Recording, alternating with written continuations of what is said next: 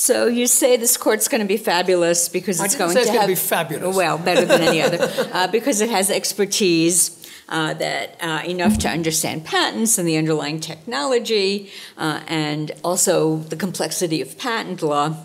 So we tried something similar in the United States. We created the Federal Circuit Court of Appeals, and the Federal Circuit hears all patent appeals from across the entire United States. There are no separate regional circuits doing patents, and the idea was we won't have parallel litigation going on in different regions of the country. It's very similar to your idea, and the idea would be that these judges would hear all the patent cases and they would develop expertise in understanding patents and the underlying technology and the complex patent system. Now, what happened? What happened is that there are many patentees who love this court. Why do they love it? Because they've really gotten carried away with patents and increasing patent value. So some patentees absolutely love it, as you suggest. But not all patentees like it. Patentees in the IT industry have been distinctly not charmed by the court. And people who are not patentees, who are consumers of patented technology, have tended not to like it either. And the Supreme Court, as you point out, doesn't like it very much either. This past year, the Supreme Court reversed 100% of the patent cases decided by the Federal Circuit. So that's not such a great record. Now, you say, well, the Supreme Court's got something going. But if you actually look at the cases, you'll see that they do tend to be biased in favor of patent holders. I think there's a kind of, I guess the saying is, if all you have is a hammer, everything looks like a nail. If all you have, the only tool you have to promote innovation is patents, then everything's going to look like it ought to be patented, and that patent ought to be a really strong patent.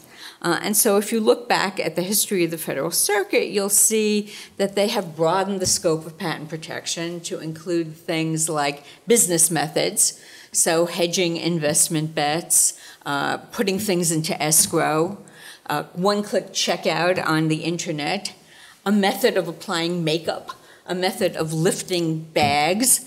All of these things became patentable subject matter. They also started allowing patents on advances that were actually very minor. There's actually a case that says common sense doesn't enter into it. If you don't have documentation to show a suggestion to combine two pieces of prior art, then somebody gets a patent. The courts ignored the jurisprudential mainstream on issues like latches, contributory liability, and remedies, and given birth to a lot of trolling. At the end of the day, Justice Breyer at one point said that patents have begun to impede rather than promote the progress of science and the useful arts, which is the constitutional standard. So one of my questions is, won't the UPC have very similar problems? And I will point out the Federal Circuit is not even a specialized court. It hears all the patent cases, but it also has jurisdiction in some contract areas, in some tort areas, in some labor law areas, on export controls. So why won't this same problem happen? Well, several reasons, actually. The judges of the federal court are, by and large, have never been patent lawyers. Yes, the exceptions. Several have. Polly Newman. Polly Newman's been there since it started. But Right. really, Alan Judge Laurie. Yeah. Now you're running out. But some of them do have a science background. A science background years ago, and they've been general lawyers. Yeah. This court is going to have people who've done a lot more patents. Secondly, this court has got an original revocation jurisdiction. You can go to this court and say, I want to knock out all these patents. Indeed, one of the possibilities is it's going to be a central place for doing that. Instead of going through the European Patent Office opposition procedure, which people have to start within that 9 months from grant, they may say, the hell with that. I'll just let the patent system come. And if this patent actually bothers me, I'll go to this court and apply to knock it out. Well, we have that. You can invalidate a patent. Not the same way. Well, how's it different? Because you've introduced a system now, but you can't get. You could not. You needed standing to go to a court. You need somebody to threaten you. You couldn't just go to the... Well, that's another example of the Federal Circuit creates all these barriers to challenging a patent. We need the Supreme Court to come in and say you can't do that. Well, it hasn't done it at the moment, so you can't go to court and say, that patent's no good. Right? You have to wait till there's some letter, something that provokes the application. Well, this court doesn't have that. And it'll have the loser pays, so that the patentee is on a bit of trouble. If he's defending a very weak patent with very likelihood of losing, he's going to have to pay. He's going to make up his mind. He's going to fight or not. It's going to happen quickly, and it's going to be over without all your discovery. That's one of the reasons why. But secondly, I think the court's expertise is going to be much greater. I told you it's got a patent attorney likely to have as a part-time judge. He won't be providing the expertise for the actual technology, or he or she won't, because they're probably not an expert in the very detailed subject matter of the patent. But it means you'll be able to get a very good view of the technology done by somebody who really has got a lot of experience in patents at a fairly early stage in the case. That's why I think this is going to be a balanced court. It's not going to be a patentee's court. It's not going to be an infringer's court. It's going to be quite difficult, I think. I think it's quite that is well structured. So where does the public interest come into this? And our system, we always have the Supreme Court, and the Supreme Court, as I said, has reversed 100% of the cases this year. Usually it's more like 85% of the cases. And they reverse it in part because of their conception of what balance looks like, what the public interest actually is, in some cases on competition law grounds, on the ground that patents are actually impeding innovation. So we've got the Supreme Court to do that. And we also have Congress to do some of that. So the Federal Circuit has also narrowed defenses to infringement. In some cases, Congress has actually gone and reversed that. So we have both the Supreme Court and Congress as kind of checks on this court. You seem to have neither. So you don't have the ECJ is not going to hear very many of these cases, as you pointed out, because none of the law is unpatentability is EU law other than the Biotech Directive, and most of these defenses to infringement and standards of infringement are either going to come out of the EPC or they're going to come out of this new instrument. So the European Court of Justice is not going to be hearing very many of these cases, and you've done that on purpose. But then there's no legislature either, because the EPC is not the legislative creation of the EU, and the court's other law is also not the creation of the EU. So there's neither a legislature nor a court to sort of cut in the public interest. Well, let's start off with your Supreme Court. They haven't a clue about patents at the moment. They've heard quite a few patent cases in the last few years. And a fine old mess they've made of them. I mean, and the worst is Myriad, and the Australians have gone even further. And they've got themselves a theory that patents may have a chilling effect on research. That's the expression to use, chilling effect. Our Supreme Court, for what it's worth, in a rather speculative patent, said, well, if you don't grant this kind of patent, it'll have a chilling effect on research. I mean, these are a bunch of amateurs. I'm rather glad we don't have a Supreme Court who's going to mess about. The Germans have managed with a specialised Supreme Court, and although I think it's a bit boxed in, by and large, it's done a very good job, and nobody can say that innovation in Germany is being held up by the patent system. Actually, this is a theory of economists. I don't believe there's ever been any technical held up by patents. Nobody can ever point to any. There are nothing but myths. And can you point to things that show that patents do help innovation? Yes. I've had actual clients who respond, there are bunches of them. I mean, they've actually depended on their money, on the money coming in from the profits they were making. Of course, all pharma companies depend on patents. That's true. But most economists show that pharmaceuticals depend on patents, but other areas of law depend on trade secrets, on branding, on lots of other methods of appropriating a return. Find your economist who says that, and I suggest you stop listening to him. You want to find somebody who runs a business, and you want to look at something like very simple statistics. what proportion of the company's gross profit is being spent on R&D? What is the actual cost, manufacturing cost, of the article which is the subject of the patent? And you will find in high-tech that always the position is the same. The amount being spent is moving up to 15%. Pharma is a bit higher. Pharma maybe 20% of the price of patented products is going back into research. You'll find in companies, mobile phone company or high technology companies, the products they make cost very little to make. And no patent, no innovation. It's not very difficult. And I can only say from my experience over the years, colour television painting first came in 1980s. That company was spending 20% of its income on R&D. You can't afford to spend 20% of your income on R&D if you don't have patents. And yet there are industries that don't get very many patents. Such as? The semiconductor industry wasn't getting patents for a long time. A lot of the IT industry, financial services, all of them have other ways to. This is true of semiconductors to some extent, although they were the first to start claiming we want very special protection. We have a special semiconductor chip right. But which is different from patents. I mean, it specifically allows for more research and more development of innovation. This is all speculation, Rochelle. I mean, I'm telling you, you've got to go down. You've got to get down in the mines. There's no good sitting there and saying, "Well, there's royalty stacking, and there is patent hold up." But there is, right? There are standard-setting organizations, there are patent pools, there are all kinds of institutions that have to grow up to deal with the fact that there are these patents that are going to chill innovation. No. Standard-setting organizations made innovation possible.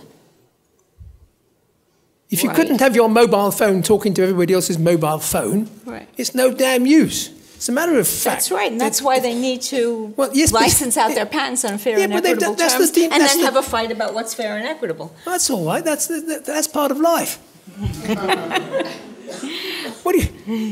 You can't regulate all these things. What you can say is that standards, if you want to pick standards. I mean, there's a lovely story told by Monica Magnusson of Ericsson. Mr. Ericsson, splendid-looking, Victorian-looking gentleman with a beard and a hat and things, went off to the United States to see what these newfangled telephones that Mr. Bell had got going. And he came back in Sweden. He said, "It's no good." Because there were several telephone companies, and you could only phone somebody on a Bell phone if they had a Bell phone. He said, "There's got to be standards." It's a very interesting story. And that's what's happened. There's nothing wrong with the system. It's working fine. And you can tell it's working fine because your mobile phone is obsolete the day you walk out of the shop with it. And Samsung is suing Apple, and Apple is suing Samsung in how many jurisdictions? Well, look, that's peanuts. Do you know how many FRAND licenses there are in the world? Nobody else does. It's thousands and thousands and thousands. They're all out there working. Because there's a bit of litigation about some of them, the idea that just because you can see the tip of an iceberg, that somehow something is wrong because there's that tip there, you have no idea. That this is a really viable working system. They call it tip of an iceberg for a reason. Yeah, but the bit, I believe, is working. It's floating. And that's why phones, that's why it's all happening so fast. Okay, so should we open it up to some questions from the audience? People have questions? Or comments or objections? Who thinks it's going to be a flop, this call? Okay, so I'll go. So one thing that strikes me as quite different about the design of the patent court you're describing is that the expertise will begin at the lowest, the court of first instance, which is obviously a different thing than the Federal Circuit. How much do you think that contributes to the fact that you're going to get the expertise at the initial level, rather than one feature of our system is that you get a lot of bouncing back and forth between the district court and the Federal Circuit, which contributes to much of the cost? Well, I think it will make a difference. I mean, two things. I mean, many people opt for jury trial in the United States. I mean, people discovered the jury was a good idea for patent cases in the late 80s, early 90s, more early 90s. Before that, it was always bench trials. So you get very difficult to appeal. So you haven't got the findings of fact can be a bit bizarre. And you can sometimes upset it, but by and large you can't in the common law type system. This court's going to have to reason. Well, that's going to be quite difficult for it. It's a panel of 3, so they're going to have to get together. And I think they're likely to produce a more coherent and more predictable kind of system, especially if we can move the judges about across divisions, than you've been able to achieve in the United States with your 9 districts, and what's more, as you know, the Supreme Court has decided, well, we're going to change the rules to cut down the Eastern District. Well, that's partly precisely because of what's been happening. I think it's a great pity you haven't got bench trials. I mean, some of the great judgments, learned hands judgments of bench trial judge were excellent. You don't get them anymore. Well, you get them on claim construction. Yeah. And even that's awkward. You have to have claim construction trial in advance of the actual trial. And the reason for that is because claim construction is a question of law, and you don't want the jury there. So you have a whole separate little trial, another way of increasing costs. I have to say that if you want to understand the American civil litigation system, particularly the patent system, you need to understand that most of the procedural things that happen are ways of getting around the fact you've got jury trial. And a Markman hearing is such a thing. That's true. That is certainly true. So, Robin, do you think that this system will engender a more liberal approach to patentability and lead to the patenting of methods of doing business and software, etc., things like that? No, I don't, actually. As you know, the European Patent Convention expressly excludes the patenting of business methods. And the European Patent Office has bent the rules to quite a large extent so that you can't patent computer programs as such. Well, they in effect say you can, because you can patent a computer when programmed, or because you've now got a piece of hardware. But they've developed some complicated doctrines which knock it out on the grounds of obviousness. And the real trouble with the United States system as regards patentability is very often the cases which have been decided on patentability grounds when nearly all of them were dead obvious. It would be much better if they tried the thing on obviousness than ever. A lot of them are simply doing on a computer what you would have done before, at least the early ones were.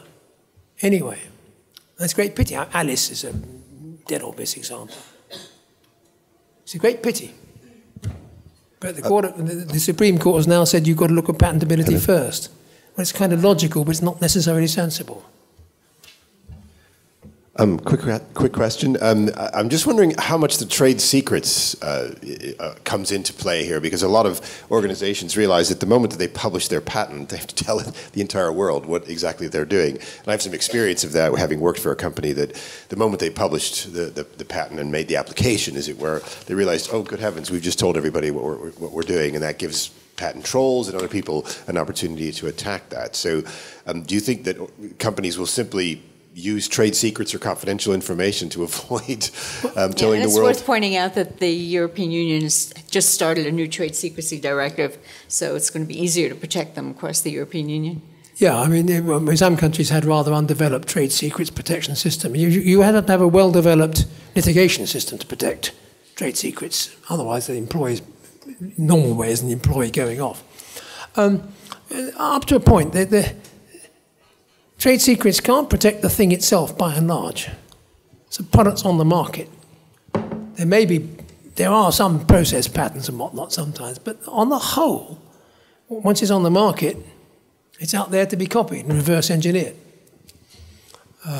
You might have a fancy process for making a pharmaceutical, but if the medicine's out there, and one of our students gave us the example of, what was it, Dairy Queen?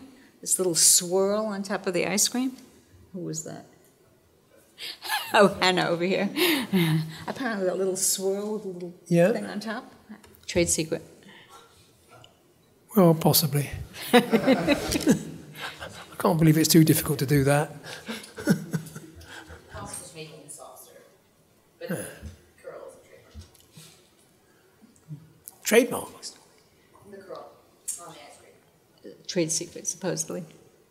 Yeah. Some of the trade secret cases I did were basically the trade secret was, deep down, was there wasn't a trade secret, but everybody pretended there was. Yeah, this is more of a comment just on the point that you were making about how can we prove that the patent system works to encourage innovation. And I think you did accept that the pharma industry is different. But a clear example is possibly with antibiotics, where, if anything, the patent system in that area is inadequate, because the reason why there is insufficient development of antibiotics is that they're not prescribed for the early years at all, because they become the last resort. First, doctors will try and use the existing antibiotics, and you'll only start using new antibiotics towards the end. So what that means is that it's unlikely that there'll be sufficient sales of any antibiotics before a patent's expired. So therefore, there isn't any incentive to develop antibiotics. It's a major problem. Yeah. The problem Well, I mean, of that's the true for medicine that malaria, cures. Dengue fever. We've got some cures coming out now. There have been very few medicines that cure. Just think about it. You've always thought medicines, they don't. They give you something you take every day for the rest of your life. And it's not just because that's what pharma have concentrated on. It's actually because it's very difficult to invent medicines that cure. But we're coming across some medicines that cure now. So the really big one is the hepatitis C. Salvati. And there's another one from somebody else now. And what do you charge for it? Well, $84,000. Yeah, it's a bit complicated, but about that. And is that worth it? Well, the answer is a patient who's got hepatitis C costs a lot more than $84,000. They don't pay taxes, they get ill, they have family members, all sorts of things. And yet the whole story of hepatitis C begins with my last case, or not really begins, with the subject matter of my last case as a barrister. People were getting hepatitis from blood donations, which had been tested for A and B, because the tests existed. For hepatitis A and hepatitis B. Hep A was found in the 70s, Hep B also in the 70s. They had blood testing kits by the mid-80s. But people were still getting hepatitis, in fact, earlier than the mid-80s. And so it was called, if you got it from a blood donation, it was called non-A, non-B hepatitis. Perfectly logical, we didn't know whether it was one or more than one agent. People thought it was a virus. They thought they'd find it fairly early on. They didn't. The genetic engineering techniques came in, everybody thought, we'll knock it off. It's a bit unfortunate they had to use gorillas. It was the only animal model they had, but nowhere. And it required a slight twist in all the known techniques to do it, together with huge perseverance. It was done by Chiron. It was an achievement I call the Nobel Prize winner. I really put him in as an expert, but really it's only for one purpose. He was to tell the court that he had told the people at Chiron, who were just a start-up company, give this one up, it's too difficult. The other side was saying it was obvious. That invention, which was the discovery of the virus, the nucleotide sequence, the protein, was what enabled the later research to produce the cure. But you're right. The problem is, what do you do for cure? There was a case last year in England. Henry Carr's last case as a barrister, which was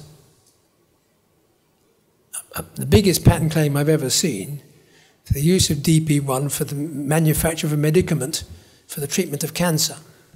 And it's showing positive in all sorts of cancers, causing the immune system to attack the cancer. What do you charge for it? There are people walking around with previously incurable melanoma. They've had a few injections. That's it. They've not been in hospital, no radiotherapy, no chemotherapy, no nothing.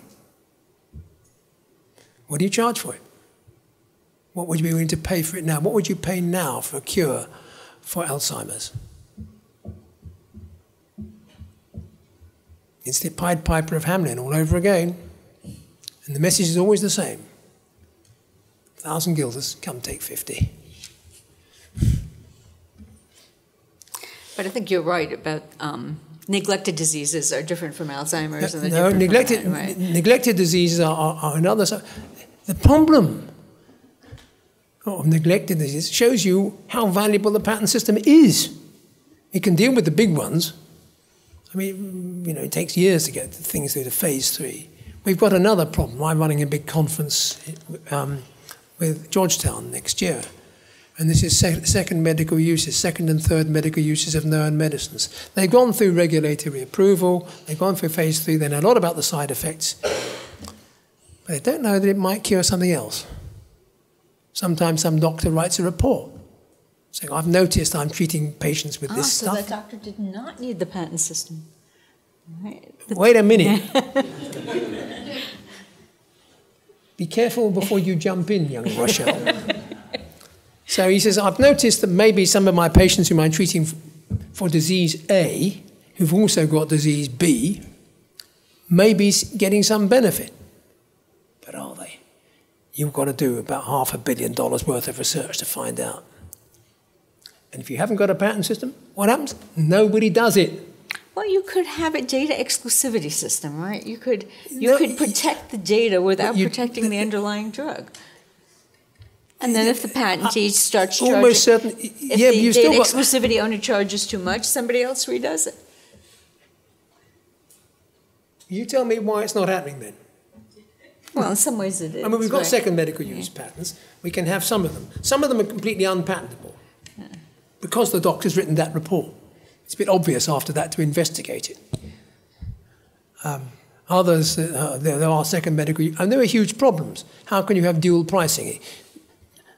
Tuppence a pill for the old use and £25 a pill for the new use. And what do you do if the doctor just prescribes it? It's a big subject, but it's actually one of the... if we could crack this one, we'd probably be able to get a lot more better treatments for known conditions and with known medicines, and it'd be much cheaper than finding wholly new medicines.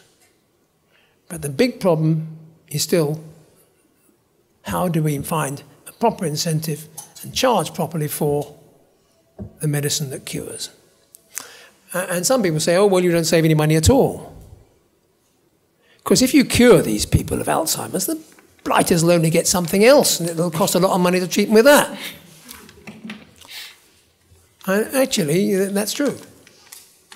I had a case years ago about that. It was a cure for ovarian cancer called carboplatin.